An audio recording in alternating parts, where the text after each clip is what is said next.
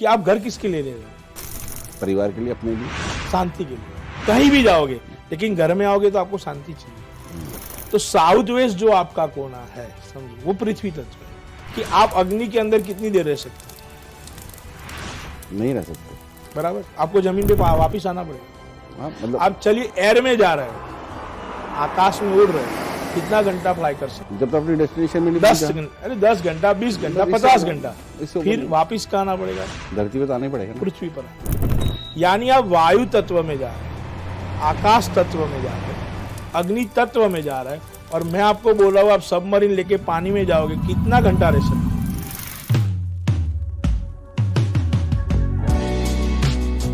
Role. नमस्कार। वास्तु क्या है? वास्तु के बारे में हमारे मन में बहुत सारे प्रश्न आते हैं। हर आदमी वास्तु को लेके जो है बात कर रहा है। बहुत सारे लोग वास्तु के बारे में जानते भी हैं, बहुत सारे लोग हैं जो उनके बारे में जानना चाहते हैं। इसी विषय को लेकर आज हमारे संगम टॉकीज के अंदर हमने आमंत्रित किया है वास्तु एक्सपर्ट प्रोफेसर कार्तिक भाई शास्त्री जी को। नमस्कार कार्तिक भाई, आपका बहुत बहुत स्वागत है हमारे इस कार्यक्रम में। सर्वे संतु निरामया, जय श्री कृष्ण, जय अम्बे। कार्तिक भाई, सबसे पहले तो मैं जानना चाहूंगा कि वास्तु क्या होता है? वास्तु के बारे में सुना बहुत है, कई सारे लोग उस पर सवाल भी करते हैं कि वास्तु है, वास्तु ऐसे होता है, इस दिशा में रखने से होता है, लेकिन एक्चुअल में वास्तु क्या होता है, इसके बारे में कुछ बताइए। सर, वास्तु का मतलब है कि वसति नाम इति वास्तु। हमें जहाँ वसवाट करना है, यहाँ रहना है, या तो हमें कोई भी जगह बिजनेस करना है, व्यापार करना है, उस जगह का नाम जो है, जो हमारा प्लॉट है, उसका नाम है वास्तु। यानी वसति इति नाम वास्तु, यानी हमें जहाँ रहना है उस जगह का नाम है वास्तु। तो वास्तु जो है वो दिशाओं के हिसाब से होता है, ये तो सभी को मालूम है, लेकिन कौन सी दिशा में कौन सी चीज होनी चाहिए, इसका पता आप लोग कैसे करते हैं? कैसे आप बताते हैं पूछने वाले को कि आपके घर की वास्तु है, या सबके लिए फिक्स वास्तु होता है? नहीं सर, फिक्स वास्तु नहीं होता है। वास्तु में कई सारे नियम होते हैं। जैसे कई जगह पर हम जाते हैं तो ईस्ट का द्वार होता है, कहीं वेस्ट का है, कहीं साउथ का है, कहीं नॉर्थ का भी होता है। लेकिन ज़्यादातर ये जो हमको ईस्ट वेस्ट नॉर्थ साउथ का जो भी द्वार है, वो हमारा पर्सनलाइज कोई हमने बंगलोज बनाया है तो उसके अंदर हमें ईस्ट वेस्ट नॉर्थ साउथ का द्वार मिल सकता है। चाहे हम कोई भी बड़ा फ्लैट्स ले रहे हैं तो फ्लैट्स के अंदर का जो हमारा वास्तु होगा वो कभी भी हमें दिशा वाइज नहीं मिलता है। वो वास्तु हमें कोने से ही मिलता है, या वो साउथ ईस्ट की दिशा मिल जाती है, या नॉर्थ वेस्ट की मिलती है, नॉर्थ ईस्ट की मिलती है, या तो साउथ वेस्ट की मिलती है। तो हर एक जगह के ऊपर राशि के अनुसार आपकी कौन सी राशि है, उसके ऊपर से आपको कौन सा द्वार लेना चाहिए, वो बहुत ही बड़ा काम यहाँ पर करता है। क्योंकि कई लोग सारे ऐसे बोलते हैं, सर आपने सुना भी होगा कि मेरे घर का जो द्वार है वो साउथ का है, लेकिन ये जगह पर मैंने आकर बहुत सारी प्रगति किया है, बहुत सारा फाइनेंस भी कमाया है। और कई जगह ऐसा भी हो जाता है कि आपने ईस्ट का द्वार लिया है, लेकिन वहाँ जाकर आपके पास जो भी पूंजी थी वो पूंजी खत्म भी हो जाती है। तो इसके अंदर एक वास्तु का नियम लगता है। तो एक वास्तु के मंत्र के अंदर लिखा है कि मेषे च सिये धनुपूर्व भागे, वृषे च कन्या मकरे च याम्ये, युग्मे तुलायाम घटपश्चिमे च, करकाली मीने दिशो चरोत्तरश्याम। यानी मेषे च सिये धनुपूर्व भागा, यानी मेष सिंह और धनु राशि जो है वो पूर्व दिशा की है। वृषे च कन्या मकरे च याम्ये, वृषभ कन्या और जो मकर राशि है वो साउथ की है। वृषे च कन्या मकरे च याम्ये, युग्मे तुलायाम घटपश्चिमे च, यानी मिथुन राशि, तुला राशि और कुंभ राशि है वो वेस्ट दिशा की है।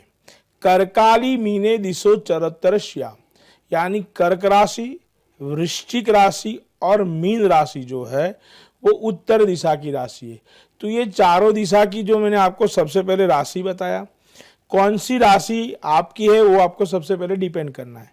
जैसे मैं आपसे ही विनीत जी बात करना चाहता हूँ कि आपकी कौन सी राशि है।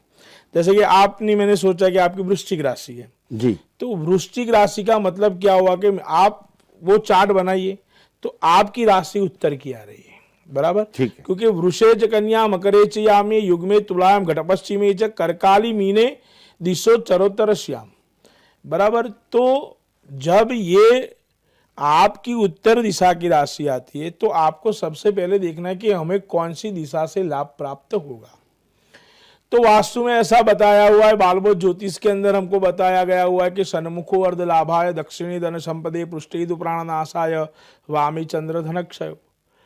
तो सर आप सबसे पहले देखिए कि आपकी राशि उत्तर में है तो सामने दक्षिण आ रहा है, तो उत्तर से दक्षिण का द्वार जो है वो आपके लिए लाभकारक रहेगा। तो सन्मुखो अर्ध लाभाय दक्षिणी धन संप्रदा, आपका जो राइट हैंड वाली जो राशि है उन साइड जाएंगे तो आपको धन लाभ होगा। पृष्ठेतु प्राण नाशायाम, उत्तर से उत्तर के द्वार बाजू जा रहे तो आपका नाश भी हो सकता है। वामे चंद्र धन क्षय, यानी आपके लेफ्ट हैंड का कोई राशि आ जाता है, चंद्रमा आ जाता है तो वो आपका वहां पर धन का क्षय कर देगा। तो सबसे पहले आप किसके नाम से रजिस्ट्री कर रहे हैं, को आप अपने नाम से ले रहे, अपने वाइफ के नाम से रहे, बच्चों के नाम से ले रहे, तो वो पहले सबसे देखना है कि वो मकान की जो एनर्जी उनको सेट होगी या नहीं होगी।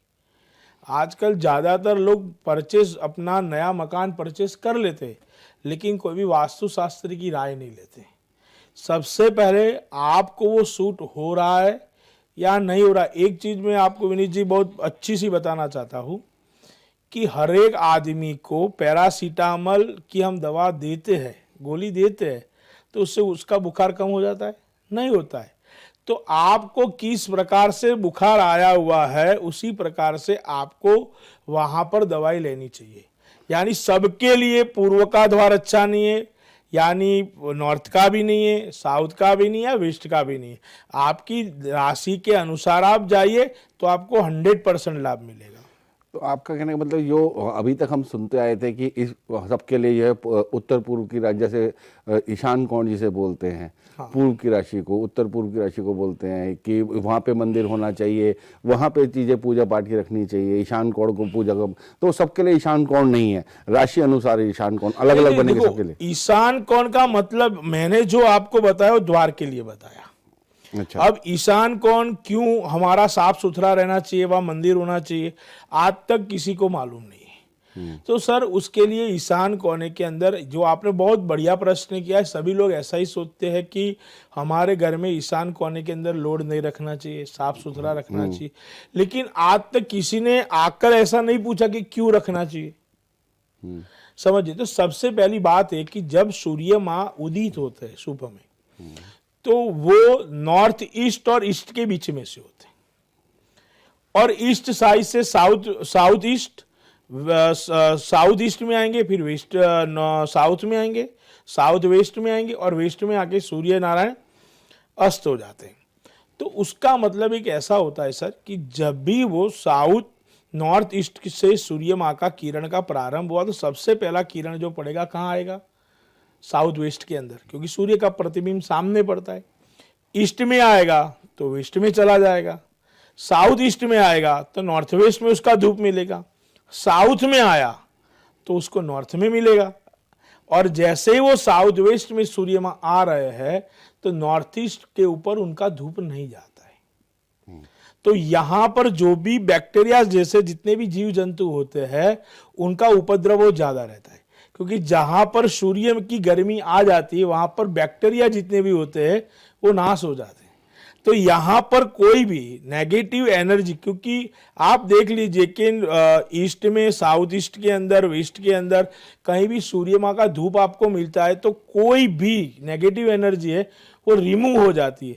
लेकिन नॉर्थ ईस्ट के अंदर कभी भी सूर्यनारायण भगवान का जो ताप है, किरण है, वहां नहीं जाता है। इसीलिए बोला कि इसको साफ सुथरा क्लियर रखो, क्योंकि वहां पर वास्तु पुरुष का माइंड है सर। जब आप वास्तु पुरुष के मगज को ही खराब कर दोगे, बराबर, तो वो पूरे सिस्टम को हिला देगा। तो इसीलिए हम सबको ऐसा बताया है कि नॉर्थ ईस्ट जो है उसको साफ सुथरा रखना चाहिए, खुला रखना चाहिए, ओपन एयर के अंदर रखना चाहिए। इसीलिए रखना चाहिए कि इसके कारण से हमारे घर में कोई भी नेगेटिव एनर्जी ना रहे। तो इसी तरीके से सभी जितने भी लोग हैं वो अपने घरों का जब वास्तु कराना चाहते हैं या करवाने का मन रखते हैं या करवा रखा है, तो सबको सबसे पहले मतलब आपके अनुसार उनको अपनी कुंडली दिखानी चाहिए किसी बड़े वास्तुशास्त्री के पास जाके, फिर उसके बाद उन्हें अपने घर का वास्तु कराना सर चाहिए, देखो, तभी वास्तु सही हो पाएगा। वास्तु सही तो हो ही पाएगा सर, लेकिन हमको तो इतना है ना, देखो एक जो आप कोई भी जगह ले रहे हो वह आपके पास चॉइस तो होता ही है, ईस्ट वेस्ट या तो नॉर्थ वेस्ट है, यानी कोई भी चॉइस तो है। तो चॉइस से पहले आपको सूट करना ही चाहिए कि देखो सर, हमेशा के लिए जब जॉइंट्स में मकान बन रहे तो एक का वास्तु सही आता है, एक का नहीं आता है। तो सबसे पहले हमारा एक सिस्टम है कि वास्तु का मतलब सर क्या है, पंच तत्व जो आपने है वो पंच तत्व का हमें बैलेंसिंग करना है, बराबर। तो सबसे पहले अच्छी चीज बैलेंसिस क्या करना पड़ता है, तो वो है हमारा साउथ वेस्ट। साउथ वेस्ट को पहले बैलेंस करना चाहिए क्योंकि वो पृथ्वी तत्व है आपका। तो उससे लाभ क्या होगा? सर वही सबसे बड़ा लाभ है कि आप घर किसके लिए ले रहे हो, परिवार के लिए, अपने लिए, शांति के लिए। हाँ, मतलब पूरे परिवार विश्व होगा में तो आप घूमेंगे, कहीं भी जाओगे, लेकिन घर में आओगे तो आपको शांति चाहिए। तो साउथ वेस्ट जो आपका कोना है, समझो वो पृथ्वी तत्व है। बहुत बड़ी चीज में सर आपको प्रश्न कर रहा हूं कि आप अग्नि के अंदर कितनी देर रह सकते हो? नहीं रह सकते, बराबर। आपको जमीन पे वापिस आना पड़ेगा। हाँ, मतलब आप चलिए एयर में जा रहे हो, आकाश में उड़ रहे हो, कितना घंटा फ्लाई कर सकते हो? जब तक अपनी डेस्टिनेशन में नहीं 10 पहुंचा, घंटा, अरे 10 घंटा, 20 घंटा, बस इससे 50 ऊपर- घंटा, इससे ऊपर फिर नहीं। वापिस कहाँ आना पड़ेगा? धरती पे तो आना ही पड़ेगा ना। पृथ्वी पर आना पड़ेगा। यानी आप वायु तत्व में जा रहे हो, आकाश तत्व में जा रहे हो, अग्नि तत्व में जा रहे हो, और मैं आपको बोल रहा हूं आप सबमरीन लेके पानी में जाओगे, कितना घंटा रह सकोगे? वही 10-12 घंटे और वापिस कहाँ आना पड़ेगा? पृथ्वी पे।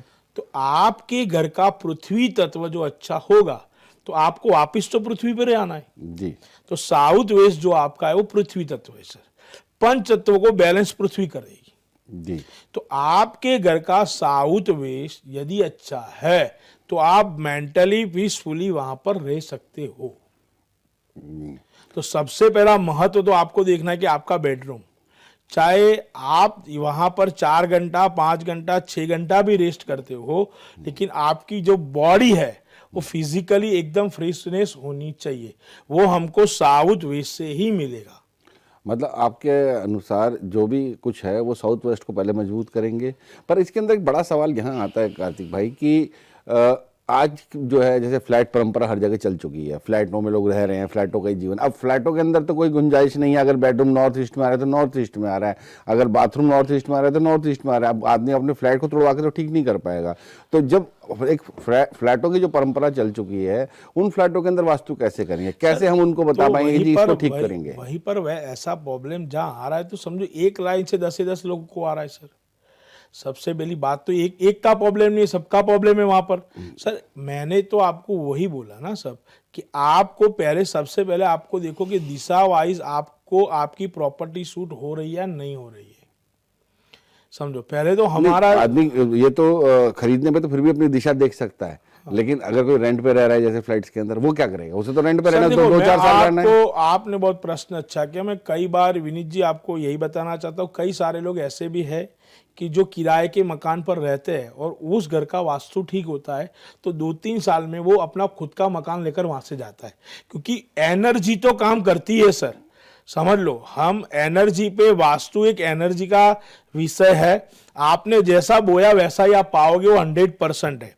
तो कई सारी ऐसी प्रॉपर्टी हम भी बोलते हैं कि भाई मेरा मित्र है, ये प्रॉपर्टी में रहने गया तो उसने खुद का मकान ले लिया, वहाँ यहाँ पर आया था कुछ भी नहीं था, लेकिन यहाँ पर रहने के लिए गया तो उसको सब कुछ मिल गया, क्योंकि वो प्रॉपर्टी या तो वो दिशा उसको सूट कर रही है। तो जितनी आप एक समझ लीजिए कि आप मेहनत कर रहे हो, लेकिन सही दिशा में मेहनत करने से आपको अच्छा फल मिलेगा सर।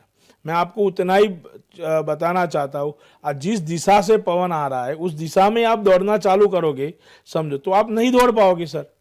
लेकिन जिस दिशा से हवा आ रही है उसके साथ चलेंगे तो हम बहुत आगे चल पाएंगे। तो ये वास्तु ऐसा है कि आपको सूट हो रहा है, आपको दिशा सूट हो रही, घर सूट हो रहा है, एनर्जी सूट हो रही है, तो आपको 100% जल्दी से वो लाभ करवाएगा सर। कार्तिक भाई, आपने अभी एक शब्द का इस्तेमाल किया, एनर्जी। वो क्या है? सर कैसे उसको पता लगता है ये एनर्जी अच्छी है, बुरी है, ये सर क्या है वो एनर्जी का मतलब ऐसा होता है कि आप जैसे भी कोई भी जगह पर जाते हो तो तुरंत हर एक आदमी को एक आभास होता है। जैसे कि आप कोई जगह पर गए और आपको ऐसा बोलता है नहीं यहाँ 2 घंटा शांति से बैठना है, तो मन को जो शांति मिलती है वो एनर्जी है। आप कोई जगह पर देखो, मैं आपको बता रहा हूँ कि कोई अच्छे से मंदिर में आप जाते हो जहाँ आपको दिख रहा है कि 2 घंटा लाइन है, फिर भी आप बोलते हो नहीं मुझे दर्शन करना है, क्यों? वहाँ का एनर्जी। दूसरी चीज, हम लोग स्मशान में जाते ज़्यादा तो रुकते नहीं, रुकते, बोलते नहीं यार एनर्जी सूट नहीं होती, आदमी निकल जाता है। अब सबसे बड़ी बात मैं एनर्जी के ऊपर आपको बता दूं, आप सर विनीत जी रिसर्च कर लेना। आप कोई बड़े मंदिर में दर्शन करने गए, भारत के कोई भी बड़े मंदिर में दर्शन करने गए, कौन सा मंदिर बताइए? कोई भी मान लेते हैं, आप बोलो, कोई भी एक मंदिर का नाम बोलो। कोई भी मंदिर मान लेते हैं।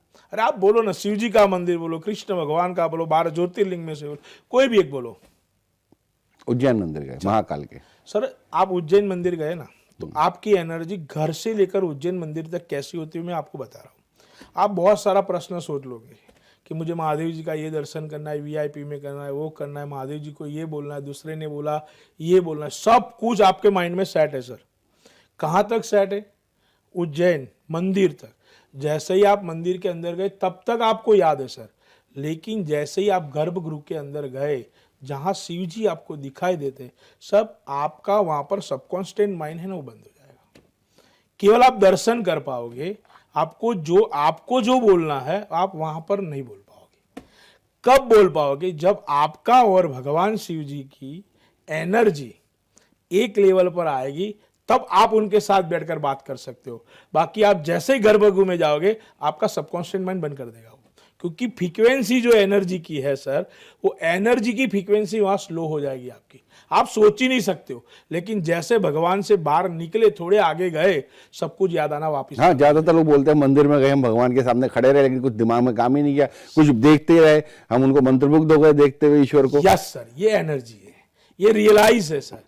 एनर्जी कहाँ काम करती है ये चीज हमको बता रही है सर, लेकिन वही फ्रीक्वेंसी हम हमारे घर में भी सेट कर सकते हैं सर, समझो। क्योंकि हम घर में आ रहे किसी लिए, सुख शांति के लिए आ रहे हैं, हमारे परिवार को हैप्पीनेस करने के लिए आ रहे हैं सर, तो हमको वो एनर्जी हम कर सकते हैं। क्योंकि समझिए सर कि घर के अंदर आपकी एनर्जी नहीं है तो पति पत्नी, बच्चे, माँ बाप, सबके साथ आपके छोटे मोटे झगड़े होते रहेंगे।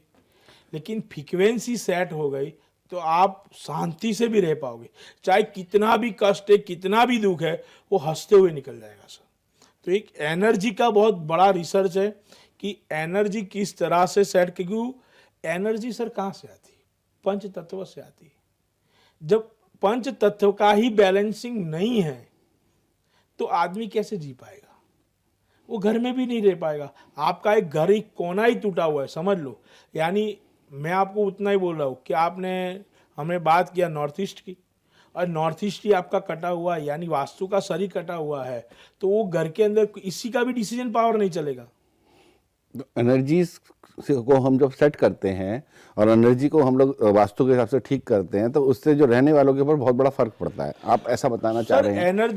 एनर्जी पहले तो मैंने वही बताया कि एनर्जी से फर्क बहुत ज्यादा पड़ता है। अग्नि तत्व पे आप अग्नि को ले जाओ ना, क्यों नहीं ले जा सकते? क्यों? कि वो अग्नि का तत्व ही है, समझो। तो वो अग्नि का तत्व आपको उतना नुकसान नहीं करेगा सर। मतलब अग्नि को अग्नि के स्थान पे ही रखना है। यस, तो उसका एनर्जी जो है यूटिलाइज होगा। और अगर जैसे किसी का पुराना मकान बना हुआ है, पहले पिताजी के नाम पे था, अब भगवान समय के अनुसार पिताजी नहीं रहे, अब बेटे को मिल गया, और मगर बेटे की राशि अलग थी, पिताजी की राशि अलग है, तो उस स्थिति के अंदर मकान में कैसे करेंगे? सर बहुत बढ़िया बात किया है आपने। मैं आपको वही बताना चाहता हूँ कि एक किसान का हम दृष्टांत यहाँ पर लेते सर। किसान जब कोई भी बीज को रोपता है, समझ लो फसल हो जाने के बाद 1-2 महीना 3 महीना वो अपना खेतर जो भी होता है, वो जमीन जो होती है उसको खुली छोड़ देता है, उसके ऊपर मिट्टी ऊपर नीचे करके दूसरा पाक वो 2 महीने 3 महीने के बाद ही ले, तुरंत का तुरंत वो नहीं लेता है। क्यों? कि जो एक पाक उसने ले लिया, यानी जमीन के अंदर से जितनी एनर्जी थी उसने 6 महीने में 3 महीने में जो पाक बोया उसे निकाल दिया।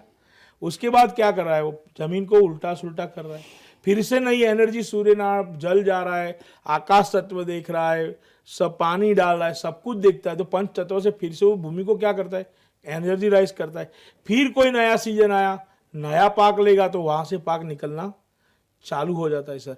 तो एक घर ये आपके नाम से, पिताजी के नाम से आपके ऊपर आया सर, तो आप उसको रिनोवेशन करो, उसको आपके रिनोवेशन हिसाब से चेंजेस करो। अगर सपोज बेडरूम जो है नॉर्थ ईस्ट में है सपोज, या किसी और दिशा में जहां उसे नहीं होना चाहिए, तो वो कैसे वो करेगा? वो सर बेडरूम देखो, को कैसे फिर करेगा? जो जब उसके नहीं- उपाय क्या है? सर बहुत सारे उपाय है। तो आप हर एक रूम का वास्तु अलग कर दो, हर एक रूम का वास्तु अलग कर दो। जैसे ही आपने बताया कि नॉर्थ ईस्ट में आ रहा है, तो नॉर्थ ईस्ट का आपका जो बेड का दरवाजा, जहां आपका बेडरूम का जो दरवाजा आ रहा है, जो अंदर की 4 दीवार है, उस 4 दीवार को ऐसे सेट करो कि आपका जो सिर है वो साउथ से नॉर्थ की बाजू जाए, वहां पर नॉर्थ ईस्ट खुला हो जाए। ऐसे तो हम कर सकते हैं ना सर, समझो। यदि वहीं पर नॉर्थ ईस्ट में ही हमारा टॉयलेट बाथ आता है, उसको छोड़ दो, हमको लेटरिन यूज नहीं करना है, हमको पानी यूज कर सकते, बाथरूम यूज कर सकते, लेटरिन का भाग है वो छोड़ दो। तो सर जितना भी हमको एनर्जी लाइज हम कर सकते उतना तो कर सकते। साउथ की वॉल पर हमारा वार्डरोब बना दो, तो जितना हमारे से हो सकता है उतना तो हम कर सकते। जो हर हमेशा ऑप्शन वास्तु के अंदर बहुत सारे दिए हैं। यदि साउथ ईस्ट के अंदर आपका किचन नहीं है, तो साउथ नॉर्थ वेस्ट के अंदर भी आप वेस्ट की दीवार के बाजू किचन रख सकते हो। पर लेकिन वो क्या है कि चलाना है, हो सकता है तो करो, लेकिन जब तक आपको साउथ ईस्ट का किचन मिलता है तो वो बढ़िया रहेगा, एनर्जीलाइज रहेगा, सक्सेसफुली रहेगा। अब मैं वो बात पर आता हूं, क्यों कि सर 2 चीजें, साउथ नॉर्थ वेस्ट और साउथ ईस्ट दोनों जगह किचन रख सकते हैं। दोनों में फर्क क्या है? जैसे कि हमने साउथ ईस्ट के अंदर किचन रखा, तो साउथ ईस्ट का देव है वहां पर शुक्र, यानी ज्यादातर वहां कौन काम करेगा? गृहणियां काम करेंगी, लेडीज करेगी, घर की अपने घर महिलाएं की काम करेंगी। वो मालिकी की जगह शुक्र की है। तो अपनी बीवी है, माँ है, बहन है, जो कोई भी है, वहां पर क्या करेगी? वो शुक्र के कारण एंजॉय में रहेगी, अच्छा खाना बनाएगी, खुश रहेगी और घर वाले को भी खुश रखेगी। बहुत बढ़िया, बराबर, ये समझो, ये मैं बहुत ही स्पष्ट शब्द में आपको बता रहा हूं। और दूसरी चीज, यहां पर हम साउथ वेस्ट के अंदर आ रहे हैं, अरे नॉर्थ वेस्ट के अंदर आ रहे हैं। नॉर्थ वेस्ट का स्वामी वहां पर वास्तु के हिसाब से कौन हो रहा है? चंद्रमा हो रहा है। चंद्रमा आया, लेडीज है, शुक्र हुई। अब चंद्र और शुक्र का योग हुआ तो क्या हुआ? प्रेम जैसा हुआ। उसको जो पसंद आएगा वही बनाएगी, आप जो बोलोगे वैसे बनाएगी, तो कचकच चालू हो जाएगी कि भाई मुझे तो आज ये खाना था, तूने तो ये बनाया। लेकिन उसका ही माइंड सेटअप होगा वहां पर, क्योंकि ग्रहों के हिसाब से, वास्तु भी ग्रहों के हिसाब से चलता है। समझ लीजिए सर। तो हर एक दिशा के लिए हमको संतुलन बनाया गया है। अगर जैसे ग्रामीण क्षेत्र को छोड़कर अगर हम शहरी क्षेत्र की बात करें, तो शहरों के अंदर जैसे फ्लैट हैं और चीज़ें हैं, लोग मकान ले लेते हैं, फिर उसके अंदर वास्तु करवा रहे हैं। लेकिन कई सारी जगह पर समस्या ये आती है कि हम कुछ कर नहीं पा रहे हैं, जो कि यहाँ पे उस तरह के लोग नहीं मिल पाते या उस तरह की चीज़ें अवेलेबल नहीं हो पा रही हैं, कुछ चीज़ें नहीं हो पा रही हैं। तो अगर कोई जैसे कोई पुस्तक पढ़ के, कोई किताब पढ़ के, कोई यूट्यूब पे जाके उसको देख के अपने घर का वास्तु खुद से चेंज करेगा, तो क्या वो उतना कर पाएगा? सर 100% कर पाएगा। और मैं तो आपको एक बहुत बहुत अच्छी चीज भी बताऊँ कि रेमेडी तक ही रहती है सर। देखो, तो कितना फर्क पड़ता है? सर 100% फर्क पड़ता है, चेंज कर सकते हो। लेकिन ऐसा मत सोचना कि मैंने एक बार कर लिया आजीवन मुझे फर्क मिलेगा। तो कितने समय बाद हमें चेंज करना चाहिए? सर कम से कम मैं बोलता हूँ 1 साल 2 साल। अच्छा, आज हमने अगर कोई वास्तु अपने घर में किया है, तो उसका फर्क हमें कब से नजर आता है? सर एट अ टाइम हो जाता है, तुरंत फर्क आ जाएगा? हाँ आएगा। 1-2 दिन में भी नहीं? 1-2 दिन में नहीं, उसी टाइम से वो चालू होएगा। अच्छा, क्यों नहीं होगा? जब कोई सिस्टम काम कर रही है, लेकिन सर सिस्टम फ्रीक्वेंसी पे जब सेट नहीं होगी तब तक वो आपको मालूम नहीं पड़ेगा, रियलाइज नहीं होगा कि ये मेरे पर असर कर रही है। समझो, आपने आज कोई भी तार लगा दिया, कॉपर का वायर भी लगा दिया, पिरामिड रख दिया, कुछ भी रख दिया, वो अपना काम तो वहीं से स्टार्ट कर ही देता है, लेकिन उसकी फ्रीक्वेंसी में पहुंचने के लिए आपको 10 दिन भी लग सकता है, 1 दिन भी लग सकता है, 30 दिन भी लग सकता है, ज़्यादा से ज़्यादा 90 दिन भी आपको उस फ्रीक्वेंसी को सेट होने में लग सकता है। बाकी आपने जो भी चीज़ बनाई है, आपने रखी है सर, वो 100% आपको उसी दिन से उसी टाइम से काम करना चालू कर देती है। लेकिन कई सारे लोग ऐसे बोल रहे हैं कि शास्त्री जी मैंने 5 साल से पिरामिड लगा के रखा हुआ है, बराबर सर, वो 2 साल 3 साल के बाद वो एनर्जी नहीं देगा।